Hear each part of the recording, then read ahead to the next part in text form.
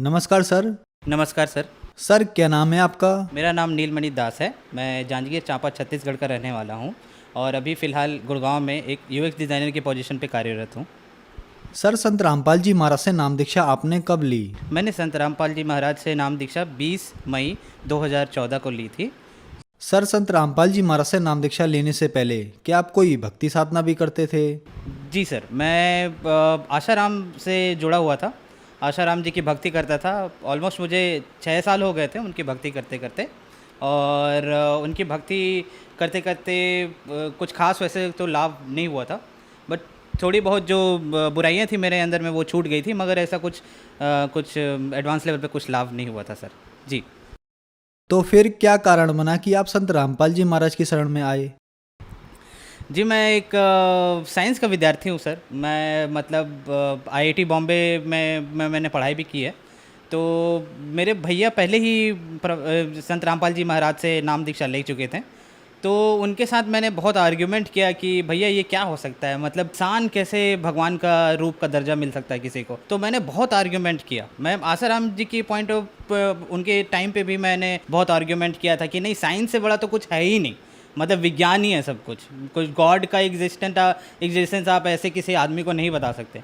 लेकिन जब उनसे बहुत डिस्कशन चला मेरा, संत रामपाल जी महाराज के मैं आश्रम गया। मैं आश्रम जाने के दौरान मुझे ये लगा कि ये तो बिल्कुल अलग जगह है। यहाँ पे लोगों को मुफ्त में खाना सोने का व्यवस्था, क्योंकि आशाराम के पास में मैं जा चुका था, वहाँ पे पैसे से आपको दिया जाता था। मतलब आप पैसे कूपन कटाओ और उसके बाद में आपको दाल चावल मिलती थी। वहाँ पे इतना कोई व्यवस्था नहीं था। बड़े जो पैसे वाले हैं उनको आगे बैठाया दिया जाता था, हम लोग बहुत पीछे बैठते थे और कहीं से दूर में तो छोटी मोटी झलकी मिलती थी आशाराम जी की। लेकिन यहाँ पे देख रहा हूँ सारे लोग आके आराम से परमात्मा आशीर्वाद दे रहे हैं। और उसी दौरान पे मुझे थोड़ा सा मन में तो कहीं विचार हुआ, नहीं यार, मैंने कहीं और भी भक्ति की है तो यहाँ पे भी आकर एक कोशिश की जाए। संत रामपाल जी महाराज से मैंने नाम उपदेश लिया। संत रामपाल जी महाराज ने आशीर्वाद भी दिया। और मुझे सबसे एक आश्चर्य बात और लगी सर कि आप किसी भी व्यक्तिजन के आश्रम में जाएं, आशाराम जी को ले लें या किसी और भी बहुत सारे संत और जो पुरुष अपने आप को बताते हैं उनके आश्रम में जाएंगे तो वो लोग इंडिविजुअली आपको आकर आशीर्वाद नहीं देते हैं। मतलब जो मैंने नोटिस किया संत रामपाल जी महाराज के आश्रम में, वो हर एक शिष्य को आकर उनके सर पर हाथ रखकर आशीर्वाद दे रहे थे, जो कि अपने आप में एक बहुत बड़ी बात है। मतलब कौन से एक आप इतने बड़े पदवी पे पहुंच गए हो तो अपने आप को समझने लग जाते कि नहीं, मैं तो आई एम गॉड। तो वो चीज़ मुझे लगा कि नहीं यार, वो तो एकदम बिल्कुल अपने आप को ऐसे दर्शा रहे हैं जैसे कि नहीं बेटा, मैं तुम्हारा गुरु हूँ और तुम लोग शिष्य हो, और तुम्हारा जितना भी दुख और ज़िंदगी में जितने कष्ट हैं उसको निवारण करना मेरा ही काम है। तो मतलब ये चीज़ मुझे दिखा और इसके बाद मैंने तो निश्चय कर लिया कि नहीं, मुझे संत रामपाल जी महाराज से नाम उपदेश लेना चाहिए। सर आप साइंस पर विश्वास करते हैं, फिर आपने संत रामपाल जी महाराज से नाम दीक्षा ली। हम आपसे पूछना चाहेंगे कि अभी आपकी क्या क्वालिफिकेशन है, आप क्या काम करते हैं? जी, मेरी क्वालिफ़िकेशन, मैं national institute of fashion technology से बैचलर इन डिज़ाइन टेक्सटाइल में मैंने डिग्री ली है। मैं उस दौरान पे शाहरुख खान, आपने अभिनेता का नाम सुना होगा, मैंने उसके के घर का इंटीरियर भी डिज़ाइन किया हुआ है। ये इंडिया टुडे के आर्टिकल में पब्लिश भी है। आप मेरा नाम अगर नील मणि करके इंडिया टुडे टाइप करेंगे तो आपको मिल जाएगा। उसके आर्टिकल में, टॉप आर्टिकल में ही मेरा नाम है। और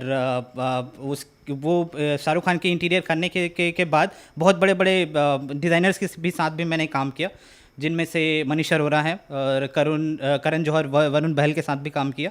और वो छोटी छोटी बहुत उपलब्धियां थी जिसको संजो कर मैंने मास्टर डिग्री के लिए भी कोशिश करी। मास्टर डिग्री में मैंने आईआईटी बॉम्बे का एग्ज़ाम दिया।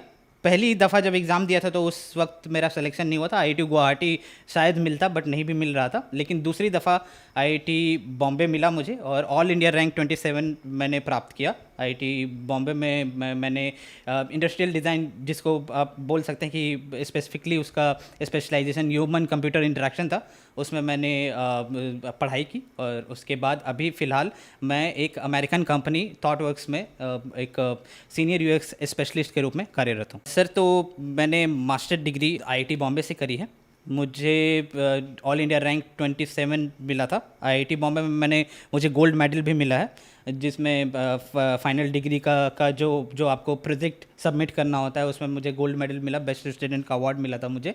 और संत रामपाल जी महाराज के ही आशीर्वाद से मेरा आईआईटी बॉम्बे में सिलेक्शन हुआ था। आईआईटी एक इतनी बड़ी संस्थान है, मतलब लाखों बच्चे वहाँ एडमिशन के लिए तड़पते हैं, मरते हैं, मतलब कि नहीं वो वहाँ पे हमारी एडमिशन हो जाए, लेकिन सिर्फ आशीर्वाद मात्र से, संत रामपाल जी महाराज के आशीर्वाद मात्र से वो सिलेक्शन हो गया था मेरा। और ये सर मैं ये आपको ये भी बात बताना चाहूँगा, मैं संत रामपाल जी महाराज के पास में मैं 2013 में भी एक बार जा चुका था, जिस समय भैया ने मुझे बोला कि तुम जाकर आश्रम देखो, तुम्हें नाम उपदेश लेने का इच्छा करेगा तो ज़रूर लेना। उससे पहले भी एक बार मैं गया था, जिस दौरान पे मैंने उसी वक्त बोला था भैया को कि अगर मुझे आईआईटी बॉम्बे में मेरा सिलेक्शन हो जाए ना भैया, तो मैं पक्का काम उपदेश लूँगा, तो मुझे समझ में आ जाए कि हाँ यही कि ही इज़ द गॉड। तो जैसे ही मैंने बोला कि संत रामपाल जी महाराज से मेरी वार्तालाप भी हुई, मैंने उनको बोला कि मैं आईआईटी बॉम्बे में मैं एडमिशन चाहता हूँ, तो उन्होंने एकदम आशीर्वाद दिया और बोला बेटा हो जाएगा, और हो ही गया। मतलब इससे बड़ी चीज़ और क्या हो सकती है। नीलमणि जी, आपने आईआईटी मुंबई से अपनी पढ़ाई पूरी की है और आप गोल्ड मेडलिस्ट स्टूडेंट रहे हैं। संत रामपाल जी महाराज के बारे में ये कहा जाता है कि उनसे श्रद्धालु अंधश्रद्धा के तहत जुड़ते हैं। कम से कम आप जैसे लोग जो टॉप आईआईटी कॉलेज में गोल्ड मेडलिस्ट स्टूडेंट हैं, टॉप इंजीनियर्स, टॉप डॉक्टर्स जो संत रामपाल जी महाराज से जुड़ रहे हैं, आप लोगों को तो हम नहीं कह सकते कि आप लोग संत रामपाल जी महाराज से अंधश्रद्धा के तहत जुड़े हैं। तो क्या ये धारणा बनाई गई है या ये धारणा कहीं ना कहीं तक ठीक है?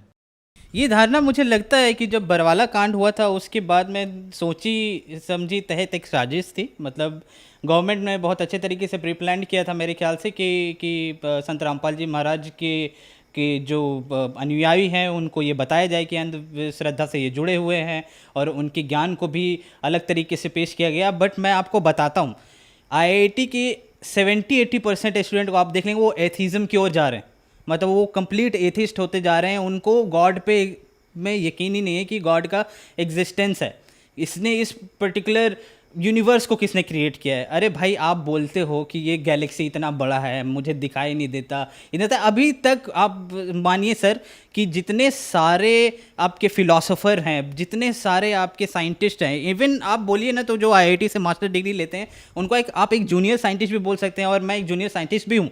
लेकिन आप जो छोटे छोटे जितने भी वहाँ पे स्टूडेंट हैं, आप उनसे जाकर आप ये पूछेंगे ना, उनका जो विश्वास है गॉड की ओर बिल्कुल भी बदल चुका है। मतलब लोग इतने ज़्यादा अंधविश्वास की ओर जा चुके हैं कि आपको यकीन नहीं होगा। और ये संत रामपाल जी महाराज को इस तरीके से ठहराना, उन्होंने एक एक चीज़ को, हर एक शास्त्रों को खोल के, वेद को, सभी चीज़ों को बताया है कि कहाँ पे भगवान का जिक्र है और वो भगवान आखिरकार कौन है, और हमें किस भगवान का पूजा करना चाहिए, किस तरीके से करना चाहिए, और सही तरीके का गुरु कौन है। उन्होंने तो सिर्फ यही बताया।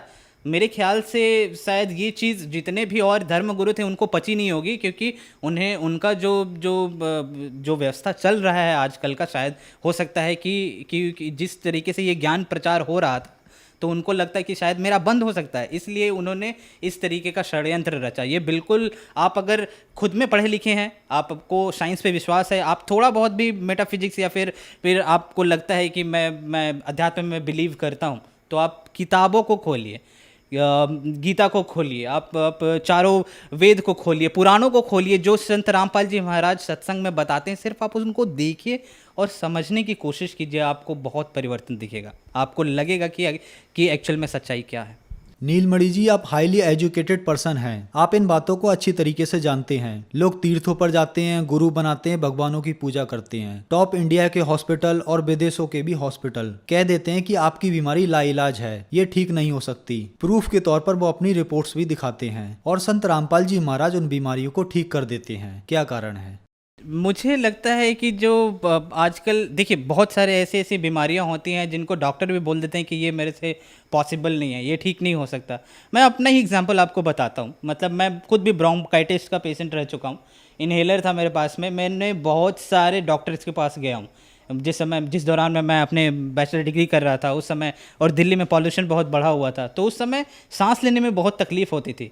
तो मुझे कहीं ना कहीं लगा, और भैया से मैं भी मैंने पूछा कि क्या करना चाहिए। तो डॉक्टर के पास तो जा ही रहे थे, लेकिन मैंने सोचा एक बार अरदास लगा कर देखें संत रामपाल जी महाराज से क्या होगा। जब जब अरदास लगाई तो एकदम से गायब हो गया। आज की डेट में मैं बता रहा हूँ आपको कि मतलब ऐसे बीमारी छू मंतर हुई, जो डॉक्टर बोल रहे थे कि टाइम लगेगा, आपको इनहेलर ले लो और अलग अलग तरीके के टैबलेट्स दे रहे थे। आज जब संत रामपाल जी महाराज की इतनी दया हुई है कि मुझे तो दवाई हाथ लगाना ही नहीं पड़ता। संत रामपाल जी महाराज सिर्फ आपको मंत्र देते हैं, वो मंत्र और साधना को आप सही तरीके से जब करने लग जाएंगे तो ऑटोमेटिकली आपकी की जो जितनी भी बीमारियां हैं धीरे धीरे करके ठीक हो जाएंगे। और मेरे बहुत सारे ऐसे मित्र हैं सर जो आईआईटी में पढ़े हैं, और वो भी मतलब ऐसे अगरबत्ती वगैरह दिखाते थे, और मैं साथ ही साथ मैं अपना नित्य नियम किया करता था संत रामपाल जी महाराज का। तो वो लोग, उनको आश्चर्य होता था कि ये कौन सी पूजा की विधि है जिसमें कुछ जलाना नहीं पड़ता, कुछ करना नहीं पड़ता, एक आपने बस जोत जला दिया है, उसके बाद में आप बस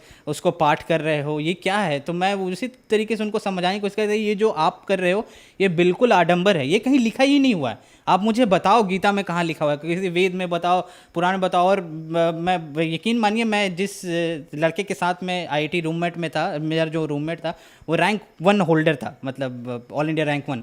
तो वो बहुत बड़ी बात होती है। मतलब ऐसे लोगों के भी लोगों में आपको इतनी अंधविश्वास दिखेगी ना, जो कि मतलब जिसको देखा समझा ही नहीं जा सकता। तो मैं कहूँगा कि कम से कम आप संत रामपाल जी महाराज की जो पूजा विधि साधना है उसको समझिए, और जो जो उन्होंने गीता और वेद शास्त्र पुराण में जो बताए हैं कम से कम उनको फॉलो कीजिए, देखिए, सत्संग सुनिए, तो आपको समझ आ जाएगा।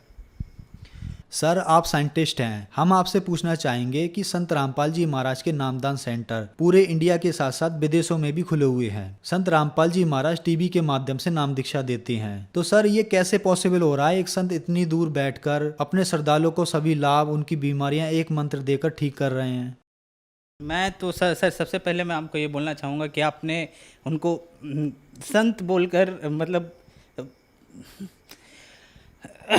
वो गॉड हैं। मतलब आपको अगर यकीन नहीं होगा, वो गॉड है, साक्षात कबीर साहब हैं। मतलब मैंने लाइफ में बहुत परिवर्तन देखा आपने, मतलब इतनी पढ़ाई किया, ये किया, वो किया, बहुत सारे डिस्कशंस हुए हैं। मतलब मैं झारखंड टॉपर रह चुका हूँ, गोल्ड मेडल जीता है मैंने मैथमेटिक्स में। इन सब का क्या है, ये सब कुछ नहीं है सर, मैं बता रहा हूँ आपको। 2.5-3 लाख रुपए तो सैलरी है आज मेरी महीने की। मतलब वो जो भी हो चुका हो सका है, वो सब सिर्फ और सिर्फ संत रामपाल जी महाराज की वजह से हो सका है। जो भी व्यक्ति इस बात को अगर बोलता है कि मतलब मैं साइंस हूँ और मैं आपको चैलेंज कर सकता हूँ, मैं बता रहा हूँ आपको, आप एक बार उनका सत्संग बस सुनकर देखिए। वो जो वहाँ जेल में बैठे हुए हैं ना, वो साक्षात भगवान है।